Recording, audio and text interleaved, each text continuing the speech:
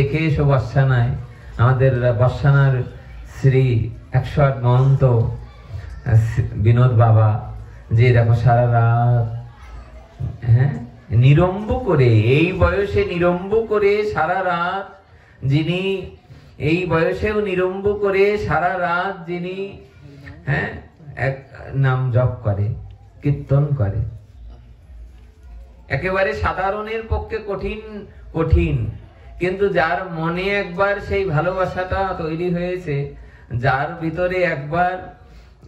ভিতরে একবার সেই ভগবানের প্রেম ভক্তি জাগ্রত হবে, তিনি পারবেন নিরম্ব করতে। গুরুদেব বলতেন, জানো আমার এই ডায়াবেটিস 15 বছর, গুরুদেব বলতেন আমার 15 বছর ডায়াবেটিস, তবু এই 15 বছর ডায়াবেটিস হওয়া সত্ত্বেও আমি নিরম্ব একাদশী করি। নিরম্ব মানে একেবারে নির্জলা।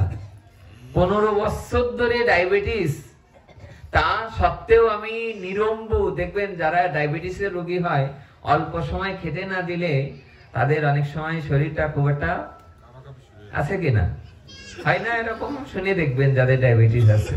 গুরু মহারাজের কাছে শুনতাম যে বাবা 15 বছর ডায়াবেটিস, বাবা বলতেন যে একাদশী করার পরেও, নিরম্ব নির্জলা করার পরেও আমার কোনো ন্যূনতম কোনো কষ্ট হয় না। তা আমাদের কাছে কৌতূহল লাগে যে কেন আপনার কষ্ট হয় না, কেন এটা কি করে সম্ভব? তা উনি একটা কথা বলতেন যে যেদিন শরীরে পাপ সঞ্চয় হবে সেদিন তোমার নির্জলা উপবাসে কষ্ট হবে।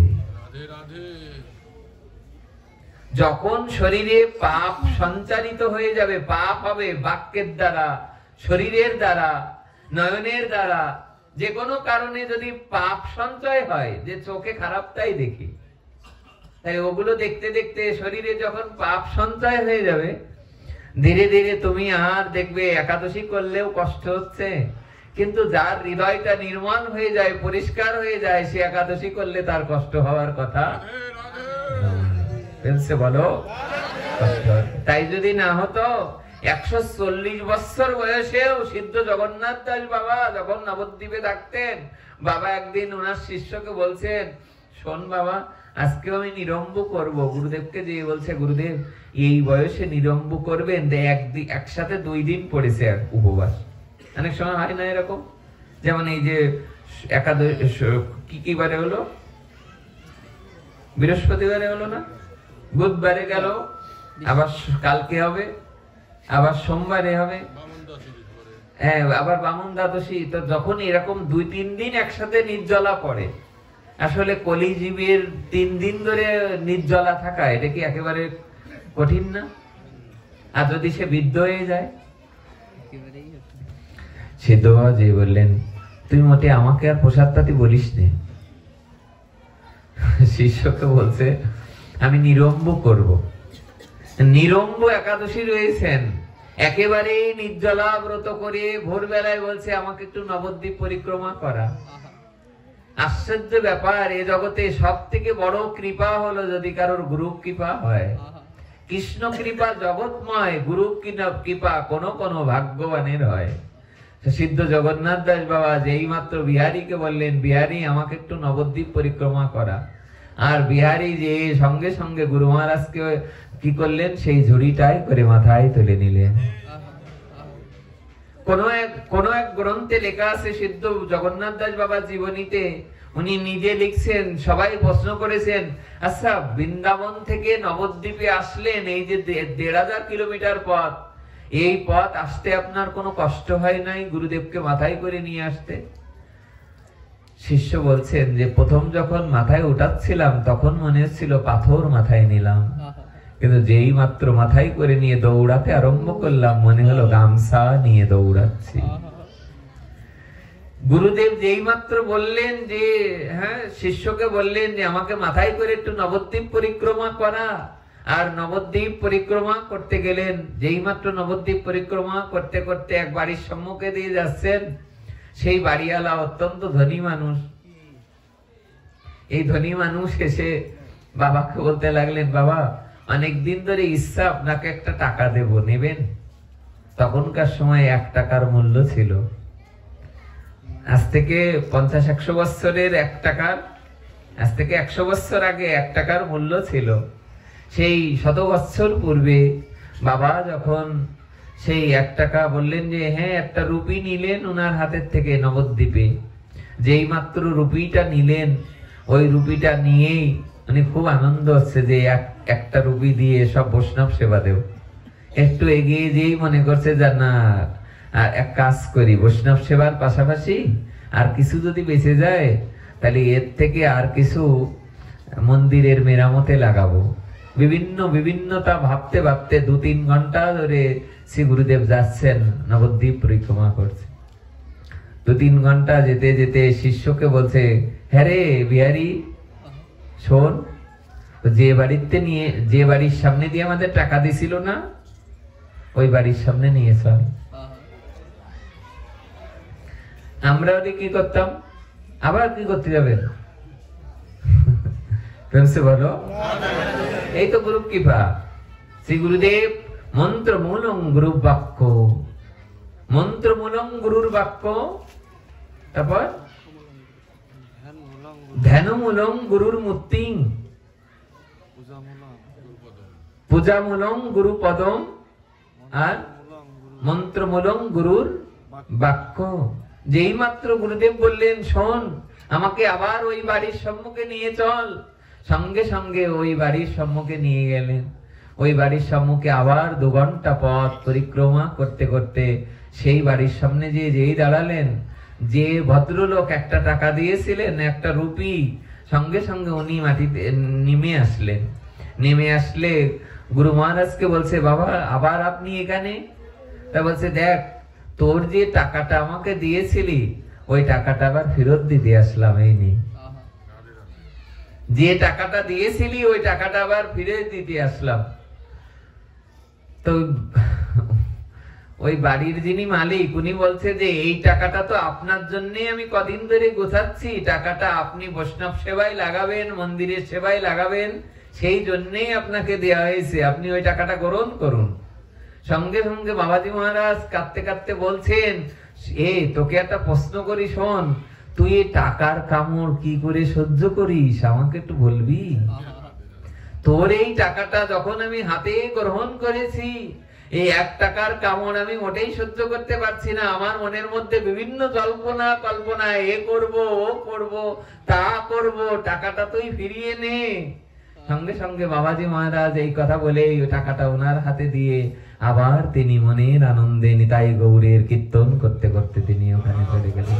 বলে, চল চল, আমার নিরম্ব থাকতে দে, আমার ভজন আমাকে করতে দে, আমি যেন নিতাই গৌরের ভজন ছেড়ে অন্য কোনো দ্বারে, অন্য কোনো টাকায়, অন্য কোনো পয়সায়, যদিও ওই টাকা দিয়ে বৈষ্ণব সেবায় দেবেন, ওই টাকা দিয়ে উনি মহৎ কর্ম করবেন, তবুও নিতাই গৌরের চিন্তা বাদ দিয়ে অন্য চিন্তা করতে হবে। এই জন্য তিনি দেখুন ওই টাকাটা ফিরিয়ে দিলেন। এ থেকে আমাদের এই শিক্ষা নেওয়া উচিত, আমরাও যেন তার মতো করে, না পারলেও আমরা যেন নিতাই গৌরের চরণকে যেন আশ্রয় করতে পারি। সিদ্ধ বাবার জীবনীগুলো পড়লে কেমন স্থির হয়ে যেতে হয়, বারবার পড়লেও মনে হয় আরো কবার পড়ি। আমি একদিনে একটা ঘটনা পড়লাম কোন একটা গ্রন্থে, যে সিদ্ধ জগন্নাথ দাস বাবা ওনার শিষ্য বিহারীকে বলছেন যে, বিহারী, বন্যায় তো চারিদিকে তলিয়ে গেল, ওইবার ভীষণ বন্যা হয়েছিল নবদ্বীপে। তা বন্যায় যখন চারিদিক তলিয়ে গেল, বিহারী দাস বাবাকে বলছে, বন্যায় যখন সব তলিয়ে গেছে, কিছু তুলসী গাছ একটু টবে বা কিছুতে করে উঠিয়ে একটু উঁচু জায়গায় রাখ, কারণ তুলসী ছাড়া তো আর গোবিন্দ সেবা হবে না। মানে সেবা করতে, গিরিরাজ সেবা করতেন, গিরিধারী লাল। তা ওই তুলসী বৃক্ষ কিছু উঁচু জায়গায় কিছু তুলসী রোপণ করে, ওখান থেকে কিছু তুলসী পত্র নিয়ে আর কিছু গঙ্গার জল রাখা ছিল, ওই গঙ্গার জল দিয়ে তুলসী পত্র দিয়ে ওই গিরিধারী লালের সেবা করতে লাগলো। আর কোন এক জায়গা থেকে, কোন এক মন্দিরের থেকে কলার ভিয়াই করে, কি করে, কলার ভিয়াতে করে কিছু খিচুড়ি দিয়ে যেতেন প্রতিদিন এক শুদ্ধ ভক্ত। এসে বলতেন, বাবা এই খিচুড়িটা আপনারা রাখুন, নইলে বন্যার জলে তো কোনো জায়গায় রান্না করার কষ্ট নেই, রান্না করবেন কি করে। আর বাবাজি মহারাজ বিহারীর রাতে রান্না খুব পছন্দ করতেন। বিহারী আর কোথায় রান্না করবেন, চারিদিক তলিয়ে গেছে। ওই খিচুড়ি 2-4 দিন পরে আসা বন্ধ হয়ে গেল। কেন? বলে বন্যার জলে, অত জলের মধ্যে আর ভক্তরা আসতে পারে না। আর বাবার মুখ শুকিয়ে গেল। বললে আমার বিহারী কি না খেয়ে থাকবে? দেখো, গুরুদেবের জন্য শিষ্যের কষ্ট হবে, আর এখানে দেখো শিষ্যের জন্য গুরুদেবের কষ্ট। নিজে তো 2-3 দিন নিরম্ব করে, এতে তো তার কোনো কষ্ট নেই। বয়স 140 পার হয়ে গেছে, এখনো ওই বৃদ্ধ বয়সে 2 দিন 3 দিনও যদি নির্জলা করে তার কষ্ট হয় না। ফেলছে বলো, এটাই তো গুরু কৃপা, এটাই তো সাধু কৃপা, এটাই বৈষ্ণবের কৃপা। কোথাও এরকম লেখা আছে দেখবেন যে ঠাকুর রামকৃষ্ণ পরমহংসদেব স্বামী বিবেকানন্দকে বলেছিলেন, ও নরেন, যদি শক্তি পেতে চাস আগে সাধু সেবা করে ভক্তি অর্জন কর, শক্তি অর্জন কর, তবে না শক্তি হবে। সাধু সেবা করতে করতে শরীর ক্ষয় হলে তবে তো শক্তি সঞ্চয় হবে। আপনি যে নির্জলা ব্রত করেও কষ্ট হচ্ছে না, অনেক 2 দিন ঘুমান না, কষ্ট হচ্ছে না, এটা কখন সম্ভব হবে? যখন আপনি সাধু সেবা করবেন, হরি কথা সেবা করবেন, হরিনাম সেবা করবেন। অনেকে আছে 3 বার প্রসাদ পাওয়ার পরেও অনেকের কষ্ট হচ্ছে, আর অনেকে আছে দিনে 1 বার করে প্রসাদ পায় তবুও তার কোনো কষ্ট হয় না। প্রেমসে বলো, আশা বন্ধ হয়ে গেল। শিষ্যের দিক তাকিয়ে বললেন, হ্যাঁ রে, আজকে তো আর প্রসাদ নিয়ে আসলো না, 2টো খিচুড়ি দিয়ে যায় প্রতিদিন, তুই 2টো পাস, আমি 2টো পাই, কাল থেকে কি খেতে হবে? গুরুদেবকে বলতে লাগলেন, গুরুদেব দেখি কোনো কিছু করা যায় কিনা।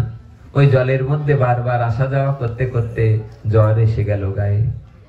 যেই মাত্র বন্যার জলে ভিজে ভিজে শিষ্যের গায়ে জ্বর এসে গেল, বিছানায় পড়ে গেলেন। গুরুদেব এসে চোখের ডালাটা 2-1 উঁচু করে, চোখের পাপড়িগুলো নিচেই পড়ে গেছে, এই পর্যন্ত চলে আসে বাবা। চোখের ডালাটা উঁচু করে বারংবার দেখে শিষ্য কেমন আছে। শিষ্যকে বলছে, কিরে কেমন আছিস? শিষ্য আর কথা বলে না, ধীরে ধীরে ধীরে ধীরে অজ্ঞান হয়ে গেছে। আর এত জ্বর হতে হতে অজ্ঞান হয়ে গেছে। 1 দিন 2 দিন 3 দিন করতে করতে 20-21 দিন পার হয়ে গেল। 20-21 দিন পরে গুরুদেব মনে মনে চিন্তা করছেন যে আজ যদি 20-21 দিন হয়ে গেল, আজ যদি ওর নাড়ি ধরে দেখলেন শিষ্যের যে এখনো স্পন্দন আছে। সঙ্গে সঙ্গে কিছু শিষ্যদের বললেন যে তোমরা এক কাজ করো না, কলকাতা থেকে কোনো বড় এক ডাক্তার নিয়ে এসো, সেই ডাক্তার যদি আমার শিষ্যকে বাঁচাতে পারে। কলকাতা থেকে বিরাট বড় এক ডাক্তার আসলেন। সেই ডাক্তার নাম করা এক ডাক্তার এসে সিদ্ধ জগন্নাথ দাস বাবার শিষ্য বিহারী দাস বাবার হাতের দেখে বললেন, হাতের যে পাঁচ দেখে বললেন যে আপনার শিষ্য আজকের রাত আর টিকবে না। 22 দিন যদি কেউ না খেয়ে থাকে, জ্বর অবস্থায় থাকে, সে বাঁচবে কি করে? এত বন্যা হয়েছে নবদ্বীপে, ওই বন্যার ভিতরে কোনো ডাক্তার ওই সময় আর আনতে পারেনি, খাওয়া দাওয়া নেই। বাবাজি মহারাজ বললেন, আমার শিষ্য যদি আমার আগে চলে যায় তাহলে আমাকে দেখবে কি? আমি আবৃদ্ধ হয়েছি, আর 2 দিন বাঁচবো কিনা। 147 বছর বয়সে দেহ রেখেছিলেন সিদ্ধ জগন্নাথ দাস বাবা। সিদ্ধ জগন্নাথ দাস বাবা শিষ্যকে বলতে লাগলেন, শিষ্যকে তো আর কি বলবেন, সে তো অজ্ঞান হয়ে রয়েছে। বললেন যদি ডাক্তার সারাতে না পারে তাহলে কোনো কবিরাজ যদি সারাতে পারে। বৃন্দাবনে পাঠানো হলো, ভক্তদের বলা হলো যে বৃন্দাবনের কোন এক কবিরাজকে ডেকে পাঠানো হলো। সেই কবিরাজ আসলেন, লালা বাবুর মন্দির থেকে একজন কবিরাজ আসলেন। সেই কবিরাজ এসে তার হাত দেখে বললেন যে ডাক্তার ঠিকই বলে গেছে, আপনার শিষ্য আজকের রাত টিকবে না। এই কথা যখন বললেন, বাবা তখন ঝরঝর ক্রন্দন করতে করতে কাঁদতেই কাঁদতে বাবা যে ঘরের ভিতরে চলে গেলেন। বাবা যে গিরিধারীর সেবা করতেন, ওই গিরিধারীর চরণে যে চরণে যে তুলসী দিতেন, ওই তুলসী দুটো হাতে নিলেন। হাতে নিয়ে যেখানে বিহারী ছিলেন, বিহারীর কাছে আসলেন। একটি কাঠি দিয়ে বিহারীর বদনটা, গালটা হা করে তার ভিতরে ওই তুলসী দুটো ঢুকিয়ে দিলেন। ঢুকিয়ে দিয়ে নিজে যে মালায় জপ করতেন, ওই জপের মালাটা বিহারীর মাথার কাছে এসে বসে জপ করতে লাগলেন। জপ করতে করতে নাম উচ্চারণ করতে লাগলেন আর জপ করতে লাগলেন। হরে কৃষ্ণ কৃষ্ণ কৃষ্ণ হরে হরে, হরে রাম রাম রাম হরে হরে জপ করতে লাগলেন। বারংবার জপ করতে লাগলেন আর বারবার করে বলতে লাগলেন, বিহারী, পৃথিবীর কোন জমের সাধ্য আছে গুরুদেবের সামনে থেকে তার শিষ্যকে নিয়ে যাওয়ার? পৃথিবীর উঠ বিহারী, উঠে দাঁড়া বিহারী। বিহারীকে বলতে লাগলেন, এই পৃথিবীর কারোর সাধ্য নেই আজ আমার শিষ্যকে আমার সম্মুখ থেকে নিয়ে যাবে। বিহারী দাস বাবাজি মহারাজ আধা ঘন্টা পরে, গুরুদেবের আধা ঘন্টা নাম জপের পরে বিহারী চোখ মিলে তাকালেন। বিহারী যেই মাত্র চোখ মেলে তাকালেন, সঙ্গে সঙ্গে গুরুদেব চোখের ডালাটা উঁচু করে ধরে বিহারীর দিকে তাকিয়ে ঝরঝর কাঁদতে কাঁদতে বলেন, বিহারী আমাকে ছেড়ে চলে যাচ্ছিলি? আর বিহারী ওখান থেকে অপলক নয়নে গুরুদেবের দিকে তাকিয়ে বললেন, গুরুদেব, আপনাকে ছেড়ে যাওয়া কি আমার দ্বারা সম্ভব? বলে, যদি সম্ভব না হয় তাহলে উঠে যে একটু গঙ্গা স্নান করে আই যা। আর বিহারী দাস বাবা ঝরঝর করে কাঁদছে, দোহা প্রেমে দোহা কান্দে, দুজনেই যেন ঝরঝর কাঁদছে।